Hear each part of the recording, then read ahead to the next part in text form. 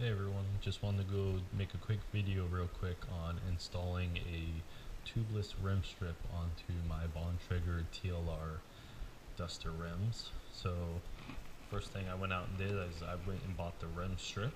It's like a heavy duty plastic.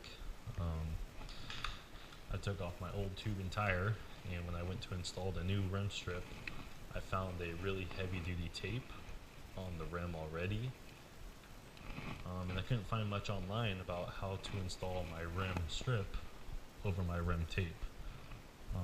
After some more looking, it looks like you want to remove the rim tape, and it's very easy to do. I just lifted it up like this,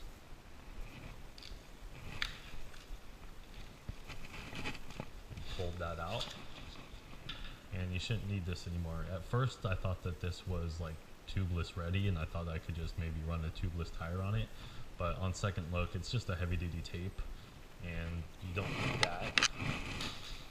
And then you'll just install your rim strip onto your rim. It's like a heavy duty plastic. That should be it. I would make a video on how to install all that, but there's plenty of stuff online already about that, but it wasn't very clear on removing the rim tape.